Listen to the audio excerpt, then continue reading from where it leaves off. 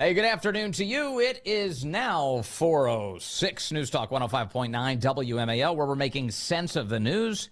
Coming up next hour, we'll talk to Derek Anderson. He's the Republican nominee running for Virginia's 7th Congressional District. Check in with him on this, the first day of early voting in the Commonwealth of Virginia. And you can join us at 888-630-9625, 888-630 WMAL. I only say it 1,000 times a day. Good old Kamala Harris was on with Oprah yesterday. They did a gigantic, Oprah doesn't even have a show. They did a special one just for the Democrats. And it involved every famous celebrity that they could get their hands on, trying to pretend like this is wildly popular. It was so popular they had to bring in actors to pretend it was popular.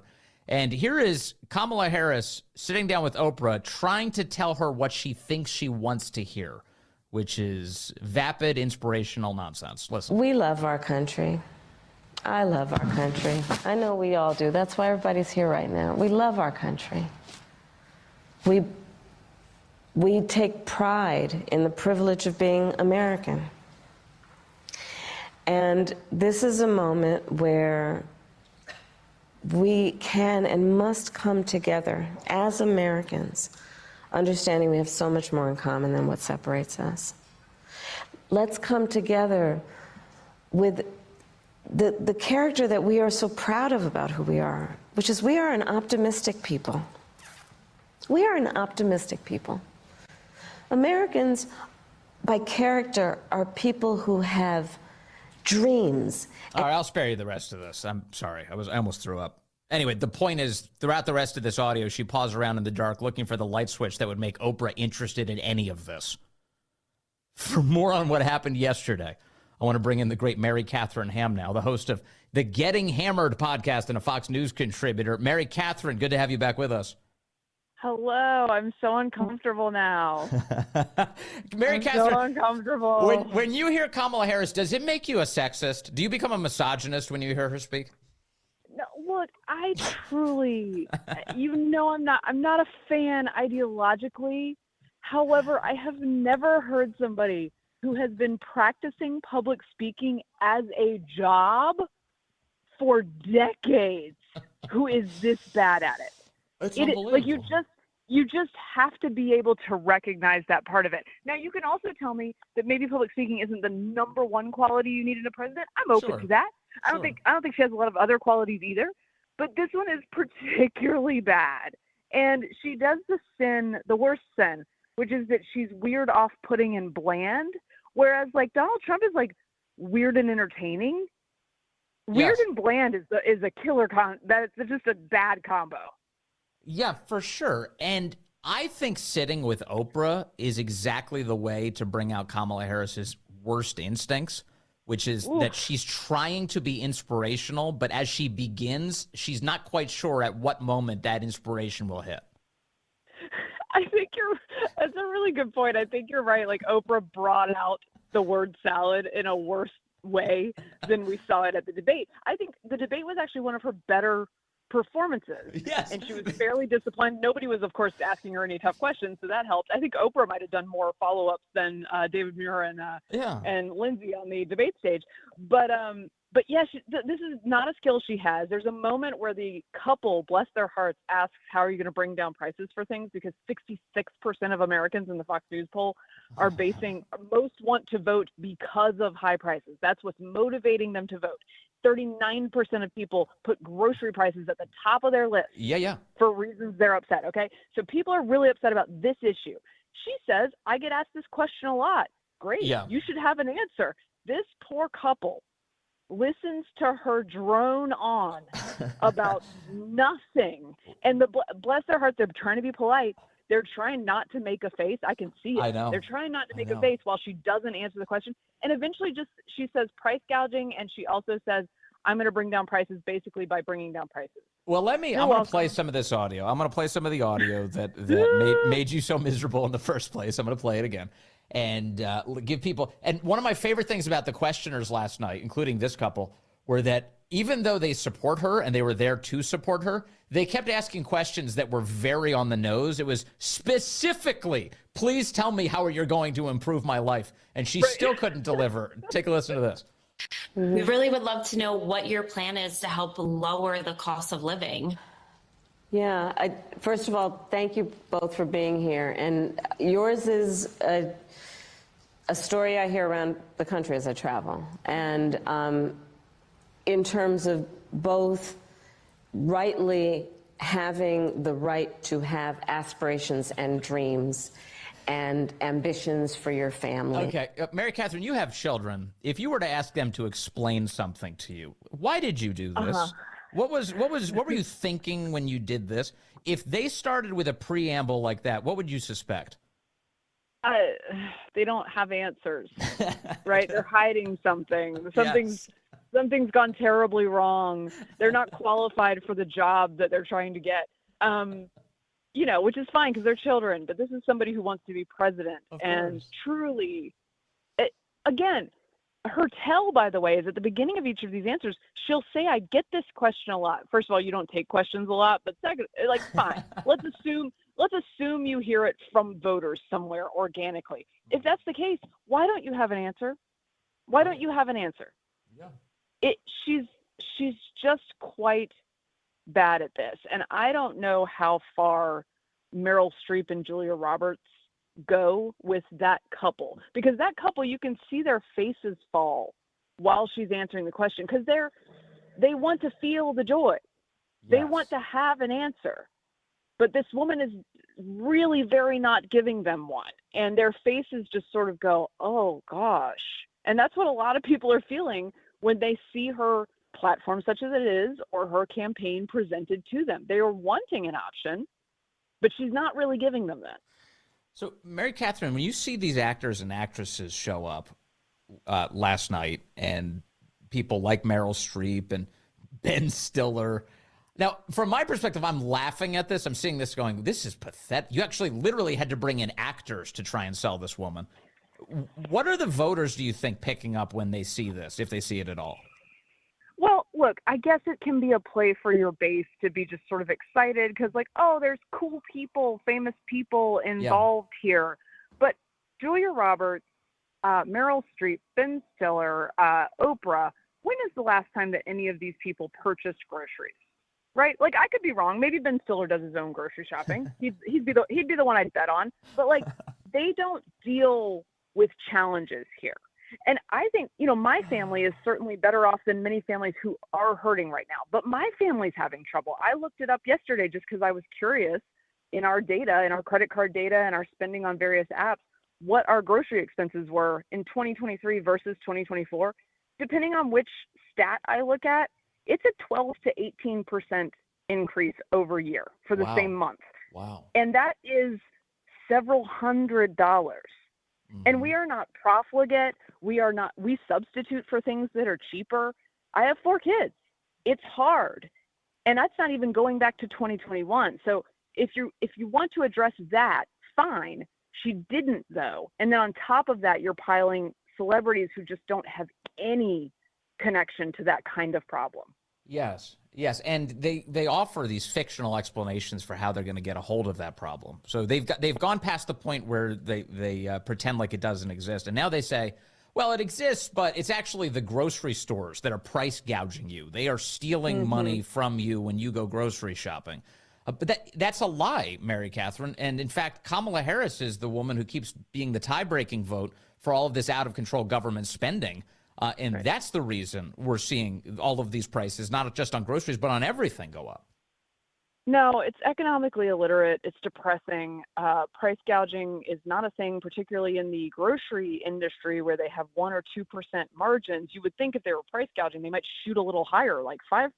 Yeah. Also, I love the price gouging argument because it's always like, well, why did they just decide to get greedy? Why weren't they greedy in 2021? And the fact is that the prices of their inputs go up with inflation. The price of the feed you're feeding your animals, the price of transport, the price of energy, it's all going up. So everything getting on the shelves costs more money to get there. I understand that Democrats are not interested in that and don't care about that and don't really know that, but it's a fact of life. And so that came from her policies as part of the Biden and Harris administration, dumping trillions of dollars into the economy. And the American people, even though I don't think they're like super interested in economic theory, they do have an idea that dumping all that money probably was the point at which things went sour. Yes. And now 70% of them have a negative view of the economy. That's a rough number. Yes. What do you make of? I heard several of the celebrities say last night. I think Ben Stiller was among them. Who, by the way, I thought he only played a dumb guy. It turns out he actually is one. But when they talk about turning the page, they say, "Oh, it's time to turn the page." Over and over. This is the new talking point from Kamala Harris's campaign. Am I the only one saying you're the page we're staring at? This is the current page. It's you and Joe Biden. Well, this is the question. Can she pull that off? Certainly the press is not going to push her on this. Oprah's not going to push her on this. But most Americans do have sort of a gut feeling that, like, wait, aren't you in charge right now? Yeah. And that does complicate her pitch, especially when her pitch is sort of weak to begin with. Her pitch is just like, I'm not Joe Biden. Look at joy around me. There are celebrities. Here's a few sentences I am capable of saying. And if that's enough for people when the other side of the ledger is Donald Trump, it could happen. Yeah. But Donald Trump has a record that even if people have issues with his personality, is much better than the page that we are currently on that this woman is saying we're going to turn from, but she's also the page. Amazing. Just amazing. Well, you mentioned the cost of energy is going up. It's making it more difficult for people to commute by car. So I guess that's why you'll be running this weekend. You're taking to the ground this weekend. Mary Katherine Hamm, tell us about the 9/11 Heroes Run and how people can get involved this weekend. Yes, I will be in Oakton, Virginia this Sunday at 8 a.m., 911heroesrun.com if you want to look for our race in Oakton. If it's too late to register, which at some point it will be, it's a great out for you. You don't have to run the 5K. Just come and cheer for me, okay? Show up in Oakton and cheer for me so I can get through the race. But it's a beautiful event, really patriotic, a nice thing during election season when people are fighting each other to feel connected to those who've served, to first responders, to families of the fallen. General John Kelly will be joining us out there. It's going to be a great time. I believe Larry O'Connor is going to be rucking the race with us. So Oakton, 8 a.m. on Sunday. It is 911heroesrun.com for more information. And there are also, I believe, a couple races left in Maryland if you want to run one and it's too late to run this one. I love it. I love it. Well, thank you for constantly supporting such a great cause, the Travis Manion Foundation, and we always love having you on. Mary Katherine Hamm, thank you as always. Thank you very much. Great to talk to you. That's Mary Katherine Hamm responding to Kamala Harris's inane commentary on an Oprah interview. Again, she doesn't have a show. It was just like, I think it was a YouTube video, and they just had a bunch of celebrities telling you how wonderful and joyful the Kamala Harris campaign is. And one of my favorite features was every time they would go to another celebrity, they're like, why are you supporting Kamala? Oh, just joy. Wow. Compelling stuff. All right. Well, that's some interesting news that Fairfax County, according to an NBC News reporter, Fairfax County turnout today, as of 1 p.m., 1,528 people have voted in the Fairfax County precinct. In 2020, total in-person voting on day one was 1,213. In other words, we're way ahead of the numbers that showed up on day one of early voting back in 2020. And having been there today and having seen all of the images and heard from you on this subject, that's a lot of Republicans today showing up. So there's a change in the dynamic of the early vote in 2024, at least today, at least in Virginia. We will, as always, keep tracking it. Let's see here. I've got Scott calling in from Castleton on line 3. Hello, Scott. You're on the Vince Coglianese Show. Hey, Vince. Thanks for taking my call. Yes, sir. Hey, whenever they bring these celebrities out, it's complete nonsense. I mean, what do they think they're doing? Like, for instance, I'm pretty sure Bryan Cranston was on there with them. Yes. And I'm a huge Breaking Bad fan. I'm a huge Bryan Cranston fan. Very talented guy. But I'm not going to switch my vote to Kamala because Bryan Cranston's there. All it does is now I'm not a fan. I'm not. I know it was annoying. I'm annoyed. Bryan Cranston has done some other left-wing nonsense stuff too, attacking MAGA people in the past. But I'm with you. I liked Breaking Bad. In that show, his character refused to do the drugs that he made, but apparently he's been on something, because last night was an abomination. As he's just offering bobbleheaded support for Kamala, offering no actual rationale whatsoever. Even an actor like him couldn't actually put on a performance that would convince me that Kamala was worth voting for. Right. And these actors, all they're doing is they're losing fans. I mean, that's really the bottom line, because I don't know of anybody that's going to vote for Kamala now because, Ben Stiller was there or Julia Roberts was there. You know what I mean? I know. How shallow do they think we are? I know. At least in movies, when Ben Stiller plays an idiot, it's interesting, you know? It's because like Zoolander and Meet the Parents, it's a hoot.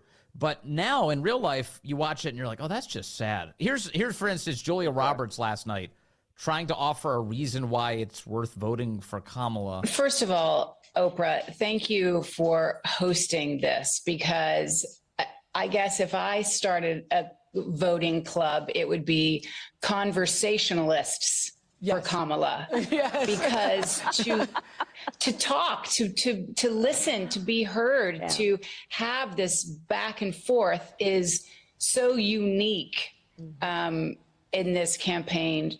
Yeah, that was so deep up her own rear end. I have no idea what that means. She didn't say anything. Nothing. I mean, she went to the Kamala School of Speech. Yeah, that's why they need script writers, Scott. Don't write your own scripts, Julia. It's not working. Thank you, Scott. Scott points out, celebrities aren't that compelling, especially if no one's writing the words for them. Holy cow. Coming up, more babble from Kamala? Perhaps. I want to talk about her gun position. All of a sudden, she says she's a great defender of the Second Amendment. She owns a gun. She says she would shoot you if you came into her house. She probably would if she knew which direction to point the thing. That's ahead. Hey, good afternoon to you.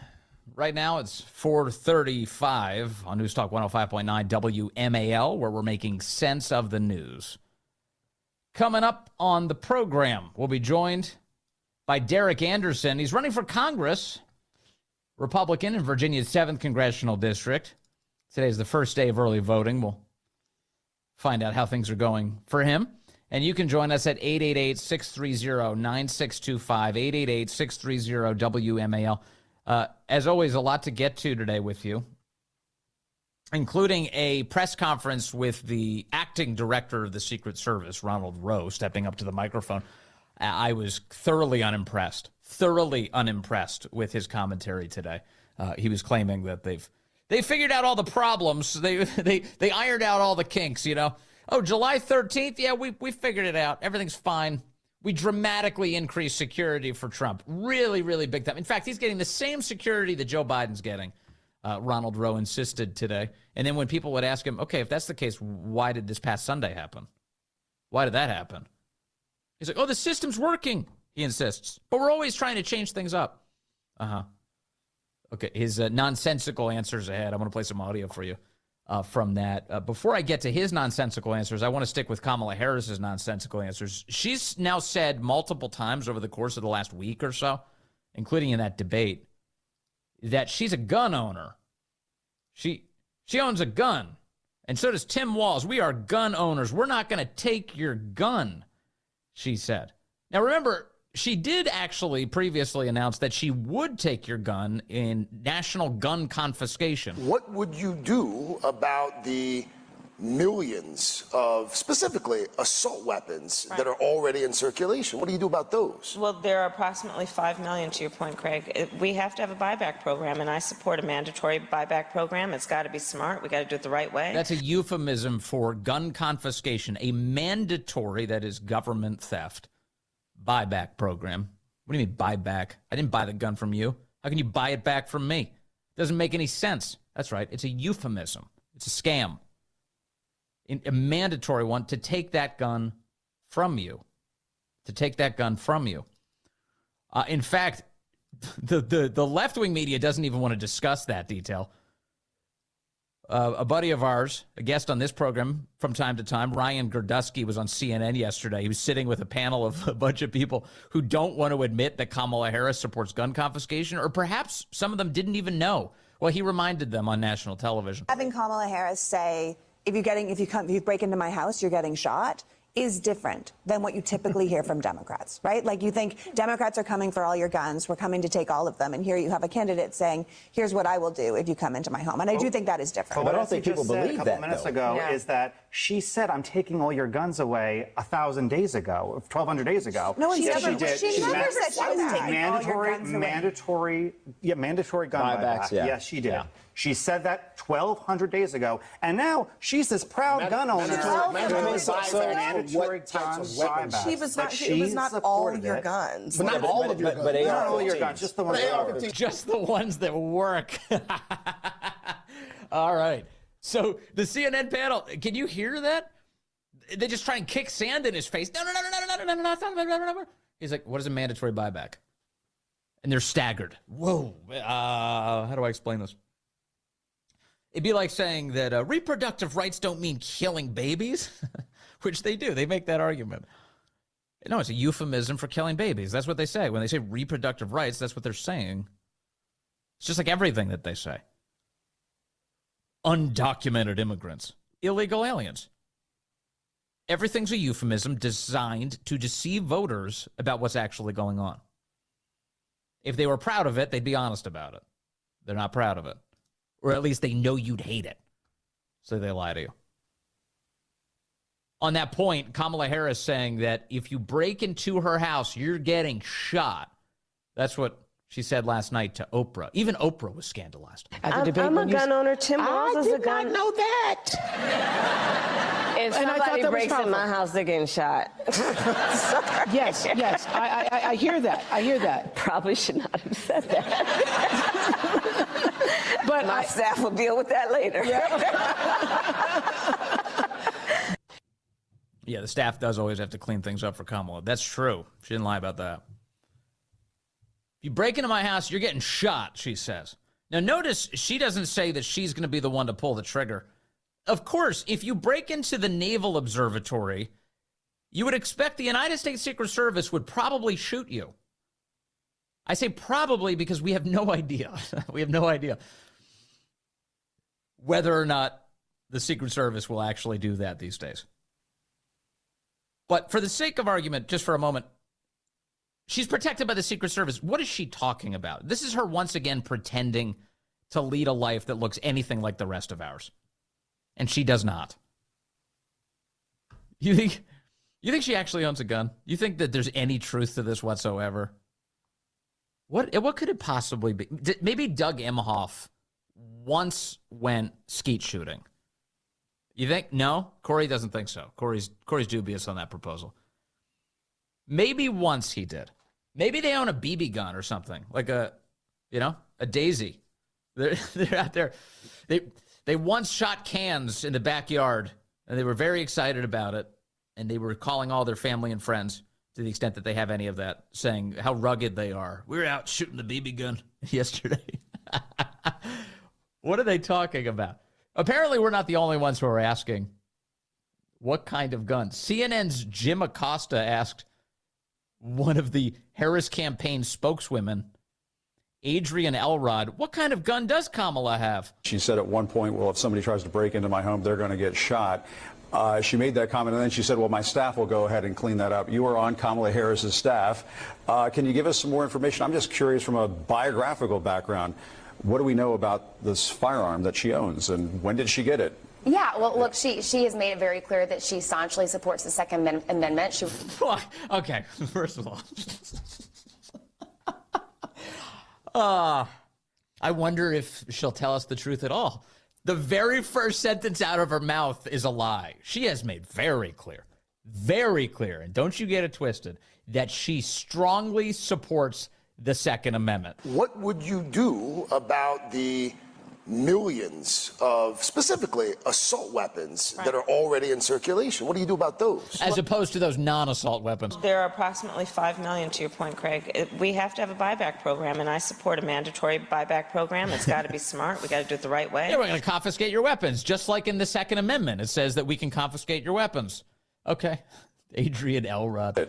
Yeah, well, look, she has made it very clear that she staunchly supports the Second Amendment. She supports strong, responsible gun ownership, and she does own a firearm. So She supports strong. What were the words? Strong, responsible gun ownership.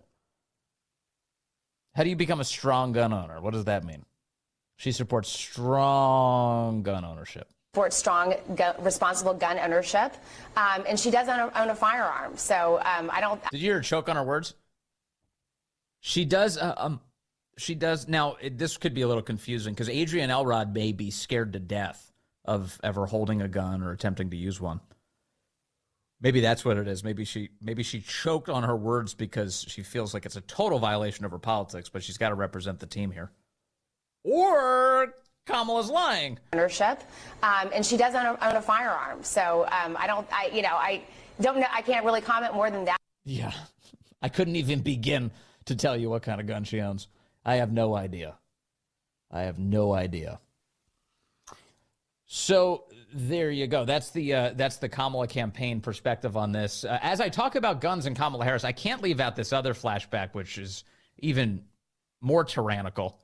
So there's the mandatory gun confiscation program that Kamala Harris has supports.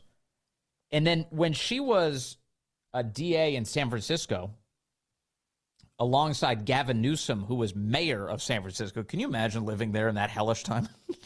Gavin Newsom is mayor, and Kamala Harris as DA.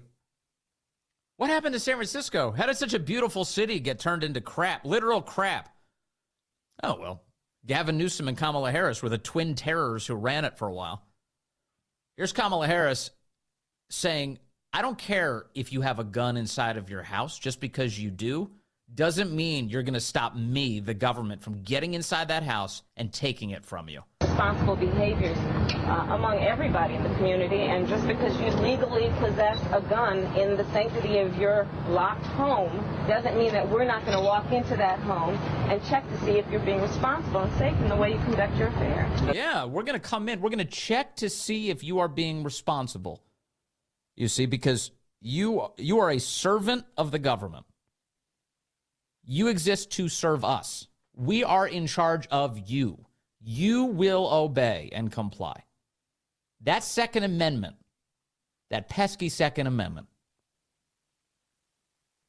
She announced, if you legally possess a gun in the sanctity of your locked home, it doesn't mean we're not going to walk into that home and check to see if you're being responsible. That's Kamala Harris. That's her being authentic about her views. And you can tell by the tone of her voice. There's no wandering, looking for an inspirational moment, nothing like that. It's just a flat tyrannical gesture that comes right from within her. This is what she truly believes. That one's wild. That one is wild. That's the kind of clip that we should play a lot of. What are the numbers? We've seen. I think Scott Pressler's brought it up, Corey, but the gun owner voting numbers. 30%? 30% of gun owners in the country cast ballots in the whole country. Is that what it is? Here, put Corey on the microphone so I can hear him. I want to hear Corey. Corey, talk to me, brother. So I just want to say 30% of gun owners are not registered to vote in America. Oh, that's what it is. 30% of gun owners are not registered at all. Which is a huge number, especially Pennsylvania, Michigan, Wisconsin. So many gun owners. 30% that could totally change the outlook of the election. Well, yeah. And that particular right, in addition to the First Amendment, actually we could just keep going down the list. They're all under assault. But it's crystal clear, the Second Amendment, if you want to protect your family and yourself, it is crystal clear who's looking to take that away from you. It's not even close. It's not even a close call. 30% of the people who own guns for that very reason not even registered to vote. Imagine what a difference maker that would be if you could just get 15%, that, you know, half of that number to register. Huge difference. Absolutely huge difference. Obviously, these are Americans who care about the amendments, the Second Amendment. They care about the Constitution of the United States. If you get the people who care about the Constitution of the United States, we're going to win every election, and they're going to vote Republican.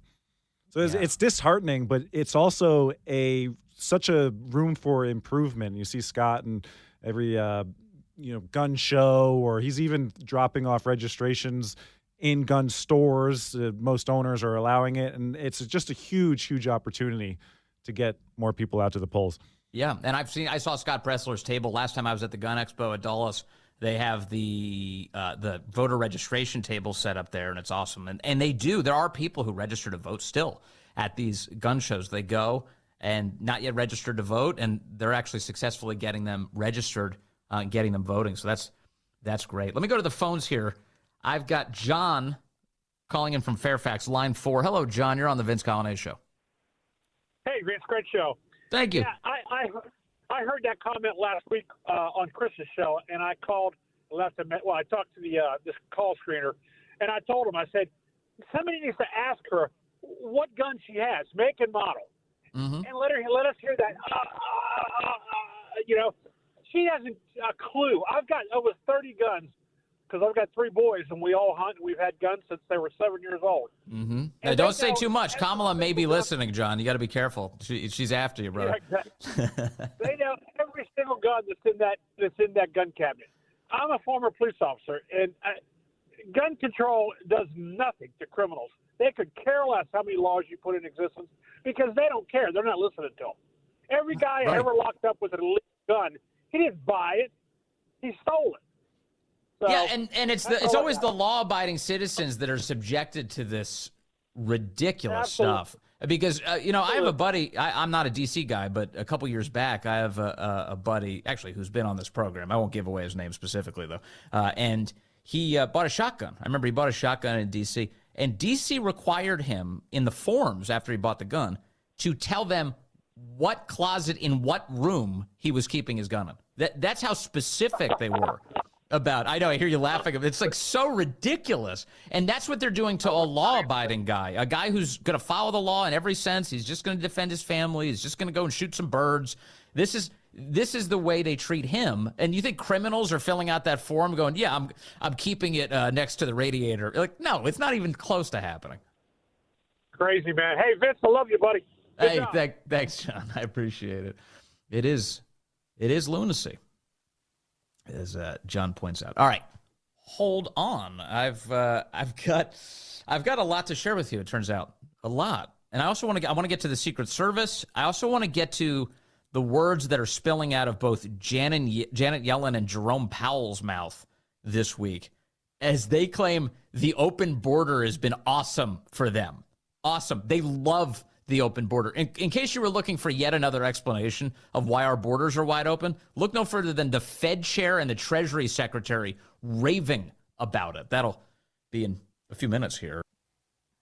All right, Jerome Powell is the chairman of the Federal Reserve, and he announced earlier this week that the open borders have been great for the economy. He's a huge fan. It's helped unemployment go up so that he could cut rates. Take a listen to this. Here's Jerome Powell.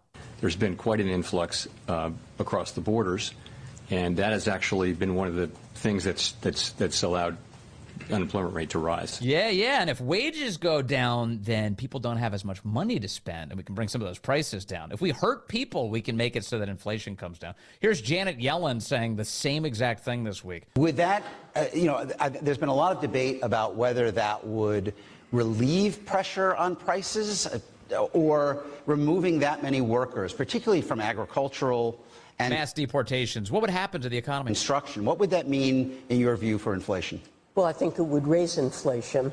These workers have contributed to America's ability to produce more goods, including agricultural goods. They've driven down wages for Americans. And this influx we've seen since the pandemic, and it's not only through immigration, it's also we're seeing the highest labor force participation on record for adult women. The influx of workers into the labor market is something that's helped to bring down inflation and create a lot of jobs. They're brazenly celebrating the open border. Oh, it's been good. It's been so good. It helps to bring down inflation when people are poorer. How disgusting. How completely disgusting. Holy cow. All right, coming up, Derek Anderson is trying to make a change to all of this. He's the Republican nominee in Virginia's 7th Congressional District. Today's early voting in Virginia. We'll check in with Derek Anderson next.